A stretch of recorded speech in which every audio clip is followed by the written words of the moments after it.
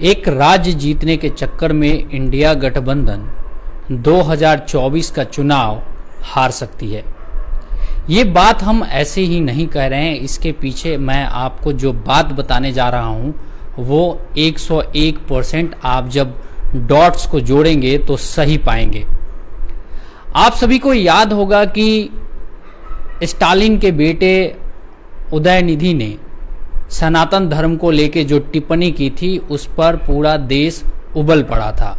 यानी कि खास तौर पे जो हिंदी भाषी क्षेत्र हैं, जो हिंदी बेल्ट है, जहां पे हिंदू धर्म को लेके काफ़ी ज़्यादा लोग मोबिलाइज रहते हैं, उस तरफ काफ़ी ज़्यादा उदयनिधि के बयान पर प्रतिक्रिया देखने को मिली थी। और इसके पीछे कारण थी कि जो उदयनिधि जो स्टालिन के बेटे थे वो कोई सामान्य नेता नहीं है, वो एक संवैधानिक पद पर थे जो कि खेल मंत्री का अभी दायित्व देख रहे हैं तमिलनाडु सरकार में। इसके बाद एक और नेता का बयान आया है तमिलनाडु से ही, ए राजा हैं डीएमके के सांसद, उनका एक बयान आ गया है। वो उदयनिधि से 2 कदम और आगे चल के एक तरीके से कहें कि निंदनीय बयान है, जिससे कुल मिलाकर इंडिया गठबंधन को नुकसान होना तय है। वैसे पहले ही उदयनिधि के बयान से समाजवादी पार्टी, कांग्रेस, राजद या फिर और अन्य विपक्षी दल अपने आप को साइडलाइन या किनारा कर चुके थे। ये मामला अभी ठंडा भी नहीं हुआ था कि आज ए राजा का एक नया बयान आ गया। इससे पहले आप लोगों से एक निवेदन है कि आप लोग इस वीडियो को लाइक भी कीजिएगा और आप लोग अपने कमेंट जरूर भेजिएगा। मैं आप लोगों के कमेंट जरूर लूंगा, मैं जरूर आप लोगों के कमेंट पढ़ता हूं। दरअसल ए राजा ने बयान देते हुए सनातन धर्म की तुलना HIV यानी वही बीमारी जिससे एड्स होता है उससे कर दी। इसके अलावा ए राजा ने सनातन धर्म की तुलना कुष्ठ रोग से भी कर दी। आप लोग समझिए कि ये दोनों रोग एक तरीके से समाज में अगर किसी को हो जाता है, किसी भी व्यक्ति को हो जाता है, वैसे तो ये रोग ही है, एक डिजीज है, लेकिन अगर किसी को हो जाता है तो सामाजिक तौर पे उसका बहिष्कार कर दिया जाता है। ज्यादातर जगहों पे ऐसा देखने को आया है कि उससे लोग उस व्यक्ति से जिसको कुष्ठ हो जाए या फिर HIV हो जाए, उससे लोग मिलते जुलते नहीं है, उससे दूर दूर रहना ही पसंद करते हैं।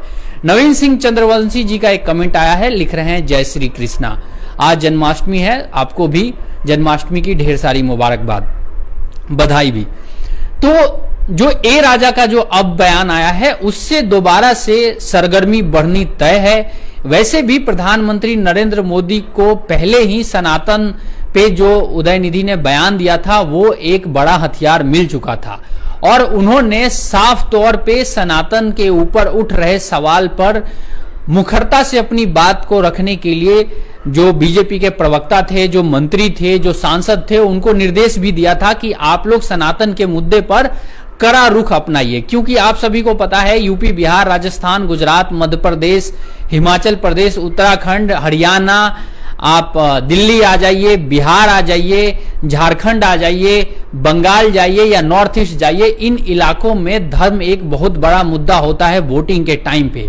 और उसमें भी इस तरफ खास तौर पे जो धार्मिक ध्रुवीकरण होता है, आप लोगों को याद होगा कि बीजेपी 2 सीट से लेके आज 303 सीट तक पहुंची है, वो धार्मिक ध्रुवीकरण उसमें बड़ा योगदान है बीजेपी की कामयाबी में। तो ऐसे में बीजेपी को एक बैठा बिठाया बड़ा मुद्दा मिल गया और उसके बाद से लगातार डीएमके के जो नेता हैं वो इस तरीके का बयान देते जा रहे हैं जो कहीं ना कहीं बीजेपी के लिए एक संजीवनी का काम करेगा, जो कि अभी जो इंडिया गठबंधन है उससे कहीं ना कहीं बीजेपी को एक प्रॉब्लम खड़ी होती हुई दिख रही थी कि वो इस पे कैसे हमला करे।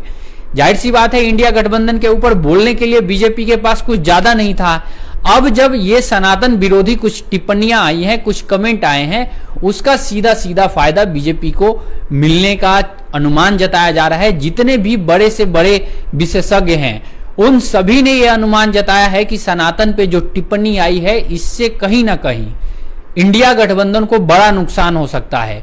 वैसे डीएमके के जो नेता हैं वो सनातन विरोधी टिप्पणी देते आए हैं, इसमें कोई दिक्कत वाली बात नहीं है, क्योंकि जब आप तमिलनाडु की राजनीति को देखिएगा तो वहां पे धर्म मुद्दा नहीं है, वहां पे जाति एक बड़ा मुद्दा है, वहां पे ब्राह्मणवाद वर्सेस अन्य का मुद्दा है, यानी कि वहां पे ओबीसी और पिछड़े और बनाम ब्राह्मण का मुद्दा है, वहां पे हिंदू और मुस्लिम का मुद्दा नहीं है, वहां पे धर्म बहुत बड़ा मुद्दा नहीं है।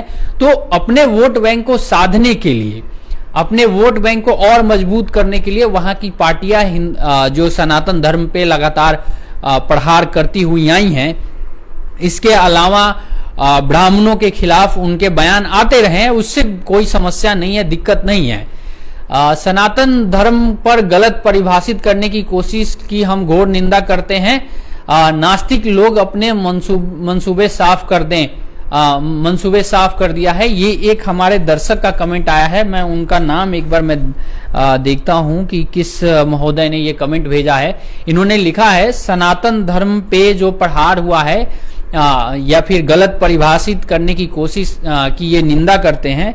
ये कमेंट भेजा है शंभू गुप्ता साहब ने ये कमेंट भेजा है। नवीन सिंह चंद्रवंशी जी का भी एक कमेंट आया है, लिख रहे हैं महागठबंधन का चुनाव क्या है, HIV, कोरोना, मलेरिया। मतलब कि देखिए ये एक बड़ा मुद्दा बनने जा रहा है।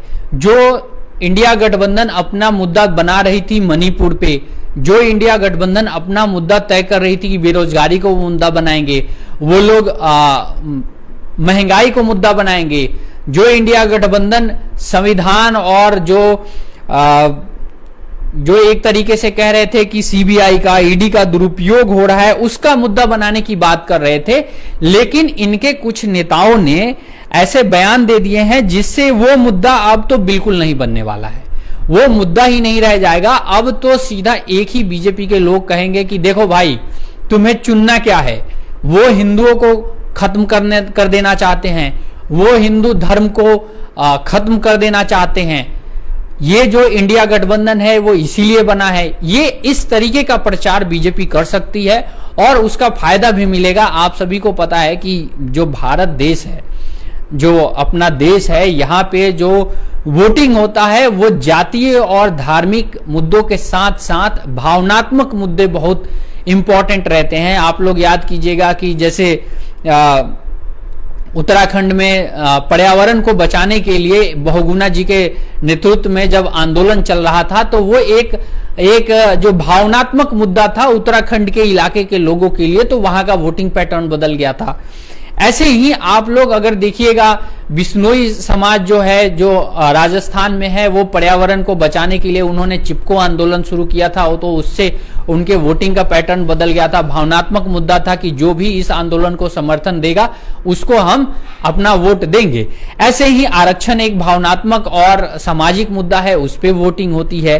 तो राम मंदिर का मुद्दा कौन भूल सकता है। राम मंदिर का मुद्दा आप लोगों के जेहन में बहुत अच्छे से याद है कि राम मंदिर का मुद्दा 1980 से लेके आज तक लगातार बीजेपी के लिए वोट का एक बहुत बड़ा परसेंटेज लेके आता रहा है। राजीव कुमार दीपक जी का एक कमेंट आया है, लिख रहे हैं इनका तो खानदानी काम है सनातन को गाली देना। सरकार और सुप्रीम कोर्ट को स्वतः संज्ञान लेना चाहिए। किसी भी धर्म के बारे में ऐसा कहना जुर्म जैसा प्रावधान होना चाहिए।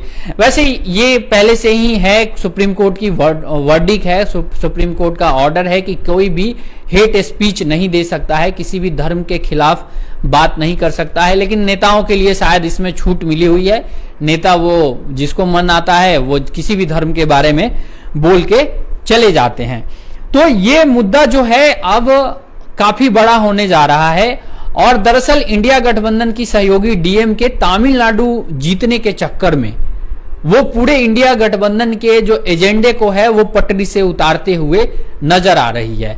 वैसे भी देखिए, अब बिहार में, यूपी में आरक्षण का मुद्दा होता है, एक बड़ा मुद्दा होता है, जातियों का मुद्दा होता है।